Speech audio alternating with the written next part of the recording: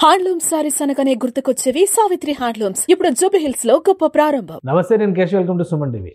ఆంధ్రప్రదేశ్ రాజకీయాల్లో సంచలనం సృష్టించిన ఈవీఎం పగలగొట్టిన ఘటనకి సంబంధించి మాచర్ల మాజీ ఎమ్మెల్యే పిన్నెల రామకృష్ణారెడ్డికి బెయిల్ దక్కింది. అలానే మరొక కేసులో అగ్రిగోల్డ్ భూములకి సంబంధించినటువంటి కేసులో జోగి రమేష్ తనయుడు, మాజీ మంత్రి జోగి రమేష్ తనయుడు జోగి రాజీవ్ కూడా బెయిల్ దక్కింది. సో వైసీపీ శ్రేణుల్లో కొంత ఉత్సాహాన్ని నింపేటువంటి సమాచారం ఉంది.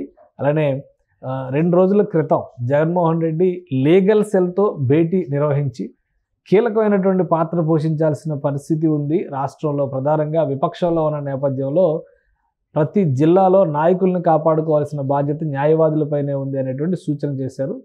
అది జరిగినటువంటి కొద్ది గంటల్లోనే ఇలా బెయిల్ మంజూరు కావడం అనేది వైసీపీ శ్రేణులో ఉత్సాహం నింపుతుంది. అయితే ఈ బెయిల్ ఏ క్రైటీరియా మీద మంజూరు అయ్యాయి, దీనిలో ఉన్నటువంటి కండిషన్స్ ఏంటి, ఈ అంశాలను విశ్లేషించేటువంటి ప్రయత్నం చేద్దాం. మనతో పాటు బీఆర్కే గారు, ప్రముఖ హైకోర్టు అడ్వకేట్, లైవ్లో ఉన్నారు. బీఆర్కే గారు నమస్కారం. నమస్తే కేశవ్ గారు.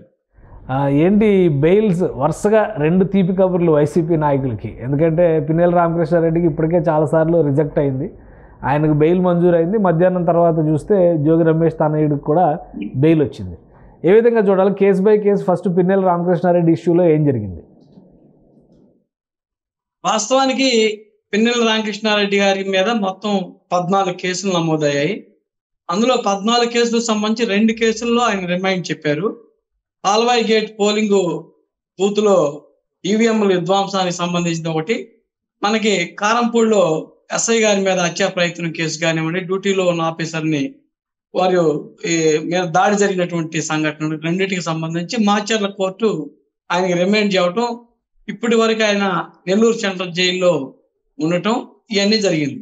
అయితే మీరు ఇందాక అన్నట్టు జగన్మోహన్ రెడ్డి గారికే కాదు, ప్రజాస్వామ్యంలో ఏ ప్రతిపక్ష నాయకుడికి కూడా అధికారం పోయినాక షెల్టర్ జోన్ అనేది కూడా న్యాయ వ్యవస్థలే. ఎందుకంటే ప్రజాస్వామ్యాన్ని మనం పరిరక్షించే పాత్రలో ఒక పక్క ప్రభుత్వంలో ఉన్న వాళ్ళు ఎవరు కూడా చట్టాన్ని వాళ్ళ చేతుల్లోకి తీసుకొని ప్రతిపక్షాల మీద ఒక రకంగా చెప్పాలంటే సెక్షన్స్ ఆయుధాలుగా చేసుకొని రిమైండ్ చేయటం అనేది జరిగే ప్రక్రియ. అయితే ఇందులో చూస్తే వాస్తవానికి జరిగిన సంఘటనలోనే మన పిన్నెల రామకృష్ణారెడ్డి గారి మీద ఎలక్షన్స్ లో అంతా కూడా లైవ్ కార్యక్రమం చూసాం. వాటిల్లో వారిని రిమైండ్ చెప్పటం, ఆ రిమైండ్ ఇచ్చిన పక్షంలో ఇన్వెస్టిగేషన్ ఏజెన్సీ మొత్తం కూడా దానికి సంబంధించినటువంటి ప్రైమా ఫేసి ఎవిడెన్స్ కావచ్చు, మెటీరియల్ ఎవిడెన్స్ కావచ్చు, ఐ విట్నెస్ కావచ్చు, మొత్తాన్ని కూడా వాళ్ళు పొందపరిచినప్పుడు స్ట్రాంగ్ గ్రౌండ్స్ ఉన్నందువల్ల ఇప్పటి వరకు కూడా బెయిల్ ఇవ్వాల.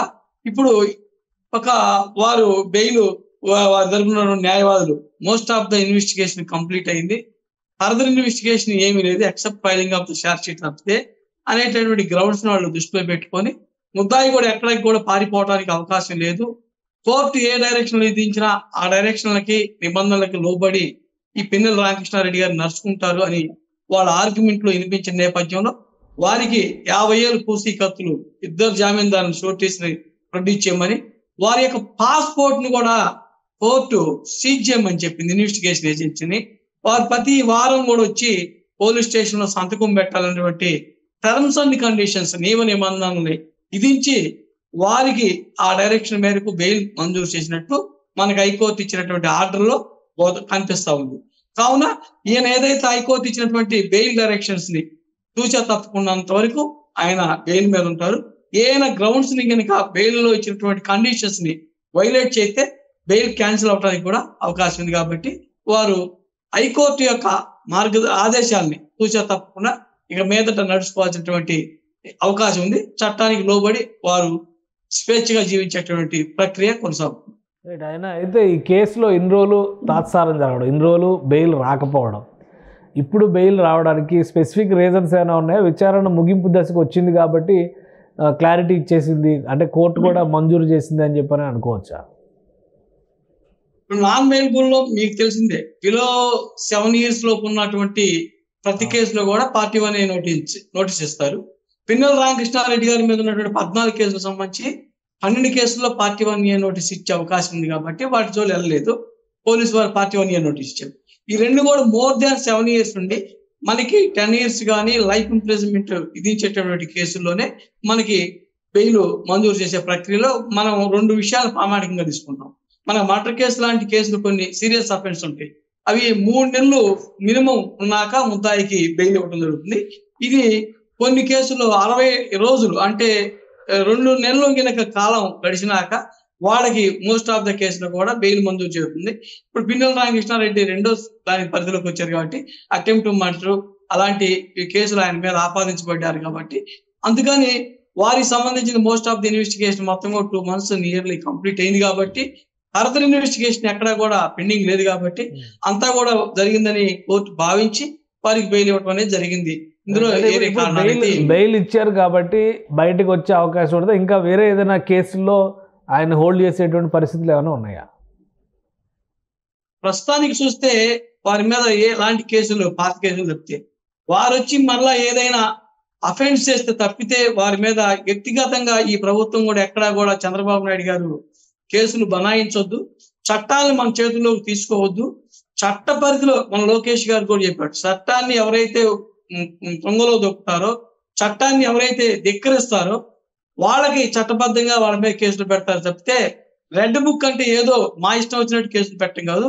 ఎవరైతే వైలేషన్ ఆఫ్ ద లా, ఎవరైతే క్రైమ్ చేశారో, చట్టాలను ధిక్కరించేశారో వాళ్ళకి చట్ట పరిధిలో శిక్షలు ఉంటాయని చెప్పారు తప్పితే వ్యక్తిగతంగా కానీ ఎవరిని హింసించడానికి కానీ ఎవరిని వేధించడానికి కానీ ఈ ప్రభుత్వం అయితే కేసులు పెట్టదని గౌరవ ముఖ్యమంత్రి చంద్రబాబు నాయుడు గారు కానివ్వండి, మంత్రివర్గ లోకేష్ గారు కానివ్వండి, పవన్ కళ్యాణ్ గారు కానీ తేటతెల్లంగా చెప్పారు. వారు వ్యక్తిగతంగా ఎవరి మీద కూడా మేము కేసులు బనాయించం, వ్యక్తిగతంగా ఎవరిని కూడా మేము టార్గెట్ చేయము.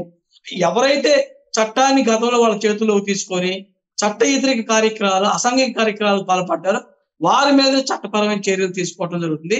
రెడ్ బుక్ మీనింగ్ కూడా అదే అని చెప్పి కేటగారికల్ గా లోకేష్ గారు చెప్పడం అనేది జరిగింది. రైట్. అంటే మిగతా కేసులకి సంబంధించి ఎలాంటి ఆటంకాలు లేవు కదా పిన్నెల రామకృష్ణారెడ్డి గారిని బయట తీసడానికి? ఇంకా మిగతా కేసులు ఏమైనా? తర్వాత రెండో కేసు రెండో కేసు కూడా మాట్లాడే ముందర ఇందులోనే ఇంకో ఎక్స్టెన్షను మాచర్ల మున్సిపాలిటీకి సంబంధించి ఆయన బెయిల్ పైన బయటకు వస్తారనుకుంటే మాచర్ల మున్సిపాలిటీ మొత్తం క్లీన్ స్వీప్ అయినట్టుగా తెలుస్తుంది, సమాచారం వస్తుంది.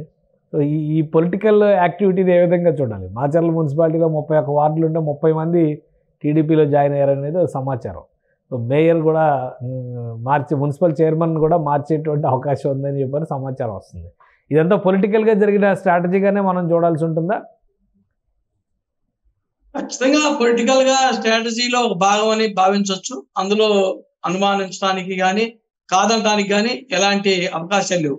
వాస్తవానికి మనం మాట్లాడుకుంటే గవర్నమెంట్ మారంగా చాలా చోట్ల కూడా వైకాపాకు సంబంధించినటువంటి ఈ మున్సిపాలిటీ కౌన్సిలర్స్ కావచ్చు, మనకి ఎక్కడైనా ఉంటే మేయర్లకు సంబంధించినటువంటి వాళ్ళు కూడా కావచ్చు, అటు నుంచి రావడానికి ప్రయత్నాలు జరుగుతూ ఉన్నాయి. మన వైజాగ్ లో కూడా జరిగినాయి.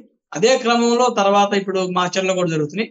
ఎందుకంటే నీటిలో ఉన్న చేప నీరు తాకకుండా ఎట్లయితే ఉండదో అధికారంలో ఉన్నటువంటి సభ్యులు అధికార పక్షాన్ని కోరుకుంటారు కాబట్టి స్థానిక సంస్థల్లో వాళ్ళు ఏదైనా పనులు చేయాలన్నా, వాళ్ళకి ఏదైనా పరపతి పెంచుకోవాలన్నా కింద స్థాయిలో అధికార పార్టీ యొక్క ఆపుతోటి, అధికార పార్టీ యొక్క అండదండలతోనే వాళ్ళు పరిపాలన సక్రమంగా చేయడానికి అవకాశం ఉంటుందనే భాగంగా వాళ్ళు స్వచ్ఛందంగానే పెట్టి మాచర్ల టర్న్అవుట్ అనేది ఒక రకంగా ఆహ్వానంగా చూడాలన్నమాట పిన్నెల రామకృష్ణారెడ్డికి. ఎప్పుడైతే పిన్నెల రామకృష్ణారెడ్డి జైల్లోకి పోయి ఆయన రక్షించుకోలేని పరిస్థితుల్లో పడిపోయి ఆయనే డిఫెన్స్ మోడ్ లో పడిపోయినాక ఏదో అంటారే అసలు రాముడిని కొట్టినాక బుల్లి రాముడు పెద్ద లెక్క అని, ఆయనకి ఎప్పుడైతే పిన్నెల రామకృష్ణారెడ్డికి దిక్కులేని పరిస్థితుల్లో నెల్లూరు జైల్లో ఈ 2 నెలలు పైసలకు మగ్గి ఆయనకే ఎవరు కూడా ఓదార్చేవాడు లేక చివరికి జగన్మోహన్ రెడ్డి కూడా సోషల్ మీడియాలను సాక్షి మీడియాలను ఓదార్చడం తప్పితే లైవ్ లో కానీ ఫిజికల్ గా కానీ ఎక్కడ కూడా ఆయనకి అటాచ్మెంట్కి వెళ్ళి ఏ నాయకుడు కూడా సపోర్ట్ లేని పరిస్థితుల్లో కింద స్థాయిలో ఉన్నటువంటి నాయకులకు కూడా ఒక రకంగా చెప్పాలంటే ఏ అండా లేక ఎవరు కూడా వాళ్ళకి ఆపు లేని పరిస్థితుల్లో తెలుగుదేశం పార్టీని ఆశ్రయించారని మనం భావించుకోవచ్చు. ఒక రకంగా ఈ ఎపిసోడ్ పిన్నెల రామకృష్ణారెడ్డి మానసికంగా కానీ ఒక రకంగా రాజకీయంగా కానీ చాలా వరకు ఆయన కుంగిపోయారు, చాలా వరకు ఆయన లొంగిపోయారని కూడా చెప్పడానికి అవకాశం ఉంది. రోహిత్ ఈయన పరిస్థితి ఏంటి? రాజీవ్ పరిస్థితి ఏంటి? జోగి రాజీవ్ మొన్న అరెస్ట్ అయినప్పుడు ఒక హైట్ డ్రామా నడిచింది. ఆయన అరెస్ట్ అయినప్పటి నుంచి కూడా విడతల వారీగా జోగి రమేష్ని కూడా అధికారులు ఎంక్వైరీ చేస్తూనే ఉన్నారు వేరియస్ కేసెస్లో. ఇప్పుడు రాజీవ్కి బెయిల్ వచ్చింది. ఈ కేసులో ఏంటి, అగ్రిగోల్డ్ భూములకి సంబంధించినటువంటి వ్యవహారం ఇది. చాలా ఫాస్ట్గా బెయిల్ వచ్చినట్టుగానే చూడాల్సి ఉంటుంది. ఎందుకంటే ఒక 10-15 రోజుల క్రితం జరిగినటువంటి సంఘటనే ఇమ్మీడియట్గా కోర్టు నుంచి ఉత్తర్వులు బెయిల్ రావడమే పెద్ద రిలీఫ్ కింద చూడొచ్చా? వాస్తవానికి కేశవ్ గారు, నాకు న్యూటన్ సిద్ధాంతం వస్తాము. Every reaction will be equal into opposite reaction. ఏదైతే జోగి రమేష్ గారు గతంలో చంద్రబాబు నాయుడు గారి ఇంటి మీదకి మిడిసిపాటు తోటి ఆయన ఎగిసిపడ్డాడు, దాంట్లో భాగంగా అంతకుముందు లోకేష్ గారిని కూడా ఇదే విధంగా పార్టీ 1 నోటీస్ తోటి పిలిచి చాలా సార్లు ఆయన్ని ఇబ్బంది పెట్టి చంద్రబాబు నాయుడు గారు లోన్ ఉన్నప్పుడు కానీ తర్వాత లోకేష్ గారిని జైలుకు పంపించాలని శతవిధాల ప్రయత్నం చేసిన భాగస్వామ్యంలో పార్ట్నర్స్ లో ఆయనకున్న ఆడుదామా ఆంధ్ర జగన్ టీం 11 మందిలో జోగి రమేష్ గారు మెయిన్ ప్లేయర్. అందుకని వారి మీద ఉన్నటువంటి ఆరోపణలు, వాళ్ళ కొడుకు మీద ఉన్నటువంటి అగ్రిగోల్డ్ ఆరోపణలు ప్రైమా ఫేసి అనే నేపథ్యంలో ఖచ్చితంగా కోర్టు వారికి రిమైండ్ చేయడం జరిగింది. ఈ రోజు జ్యుడిషియల్ ప్రక్రియ, న్యాయ ప్రక్రియలో భాగంగా వారు న్యాయ వ్యవస్థని కోర్టును ఆశ్రయించడం, ఆ కోర్టులు వారికి కూడా బెయిల్ మంజూరు చేయటం, దాన్ని ఎవరైనా కూడా చట్టబద్ధంగా ఇచ్చినటువంటి రిలీఫ్ కాబట్టి దాన్ని ఎవరైనా ప్రజాస్వామ్యంలో మనం దాన్ని ఆహ్వానించాల్సిందే, దాన్ని కాదనే ప్రక్రియ అయితే కాదు. ఖచ్చితంగా వారికి కోర్టులు అలాంటి రక్షణ కల్పించింది, దాన్ని స్వాగతిద్దాం. అలాగే ఈ ఇష్యూలో అగ్రిగోల్డ్ భూములకు సంబంధించినటువంటి ఇష్యూలో ఫర్దర్గా ఇన్వెస్టిగేషన్ పైన చాలామందికి, ఎందుకంటే బాధితుల సంఖ్య కూడా ఎక్కువ ఉంది కాబట్టి చాలామందికి ఆస్తులు ఉన్నాయి. బెయిల్ వచ్చిన తర్వాత కేసు ఇన్ఫ్లుయెన్స్ అవడానికి అవకాశాలు ఉంటాయా? అదే బెయిల్ వచ్చినాక బెయిల్ ఇచ్చినటువంటి టర్మ్స్ అండ్ కండిషన్స్ ఉంటాయి. ఎప్పుడు కూడా కండిషనల్ బెయిల్ ఇస్తారు. ఆ కండిషనల్స్ ఇచ్చినటువంటి కండిషన్స్ ని ఎక్కడా కూడా ముద్దాయి ఈ తూచా తప్పకుండా పాటించాలి. ఎక్కడైనా ఇన్వెస్టిగేషన్ కి వాళ్ళు విఘాతం కల్పించినా, ఎక్కడైనా న్యాయ ప్రక్రియలో వాళ్ళు జోక్యం చేసుకున్నా, ఎక్కడైనా వారి వల్ల దర్యాప్తుకి ఏదైనా ఆటంకం కలుగుతుందని భావించినా, అలాంటి విషయాలను కోర్టు దృష్టికి తీసుకెళ్ళగలిగితే ఖచ్చితంగా మళ్ళీ బెయిల్ క్యాన్సిల్ చేసే అవకాశం కూడా ఉంది. అందుకని ఏదైతే గౌరవ కోర్టులు బెయిల్ మంజూరు చేసిన కోర్టులు ఇచ్చినటువంటి షరతులకు లోబడి మాత్రం మనం నడుచుకోవాల్సి వస్తుంది. ఈ కేసులో ఏమైనా స్పెసిఫిక్ కండిషన్స్ ఉన్నాయా? ఎందుకంటే పిన్నెల రామకృష్ణారెడ్డి గారికి సంబంధించి పాస్పోర్ట్ హ్యాండ్ ఓవర్ చేయమని చెప్పి కోర్టు ఆదేశాలు ఇచ్చింది. ఈ కేసులో అలాంటి ఆదేశాలు ఏమైనా ఉన్నాయా? ఈ కేసులో ఇప్పుడు ఉన్నటువంటి మనకు అందుతున్న సమాచారం ప్రకారం చూస్తే 2 జామీందారుని పూచీకత్తులు సమర్పించమని చెప్పారు. దాంతో పాటు పోలీసు వారు పిలిచినప్పుడు కూడా వాళ్ళు ఇన్వెస్టిగేషన్ కి సహకరించమని చెప్పారు. అదేవిధంగా ఎక్కడా కూడా దర్యాప్తులో మీరు జోక్యం చేసుకోవద్దని చెప్పారు. ఇలాంటి ఈ టర్మ్స్ అండ్ కండిషన్స్ తోనే ఇతనికి కూడా బెయిల్ ఇచ్చారు. అందుకని వీరు ఎక్కడా కూడా ఇప్పుడు దర్యాప్తులో జోక్యం చేసుకొని దర్యాప్తుని విఘాతం కలిగిస్తారనే భావన మనకి జరగడానికి అవకాశం లేదు. ఎందుకైనా వాళ్ళు కోర్టు యొక్క ఆదేశాలు చూసినా తప్పకుంటే వాళ్ళ శ్రీరామ రక్షగా ఉంది. ఏదైనా దాన్ని తప్పి లక్ష్మణ్ రేఖను తప్పుదాము, లక్ష్మణ్ గీతను దాడతామంటే మాత్రం వాళ్ళు భవిష్యత్తులో మళ్ళీ జైల్లోకి వెళ్లాల్సి వస్తుంది. శ్రీకృష్ణ జన్మస్థానం వాళ్ళకి శరణ్యం అవుతుంది. రైట్. థ్యాంక్ యూ బీఆర్కే గారు, మీ అభిప్రాయాన్ని తెలియజేసినందుకు. ఇది ఆంధ్రప్రదేశ్లో 2 కీలకమైనటువంటి కేసుల్లో వైసీపీ నేతలకి బెయిల్ మంజూరయ్యాయి. ఓవరాల్గా ఈ ఇష్యూస్ ప్రజా ప్రయోజనాలకి ముడిపడి ఉన్నటువంటి అంశాలు కాబట్టి పిన్నెల రామకృష్ణారెడ్డి విషయంలో మాత్రం కొన్ని కండిషన్స్ని కోర్టు అప్లై చేసింది. ఇక రెండో కేసులో కండిషన్స్ లేకపోయినప్పటికీ కూడా కేసు విషయంలో మాత్రం రాబోయే రోజుల్లో వేగవంతమైన విచారణ జరగడానికి అవకాశాలు ఎక్కువగా ఉన్నాయని బీఆర్కే గారు చెప్తున్నారు. ఇది special discussion. Keep watching. Suman టీవీలో మీ పర్సనల్ అండ్ బిజినెస్ ప్రమోషన్స్ కోసం కింది నెంబర్కి కాంటాక్ట్ చేయండి.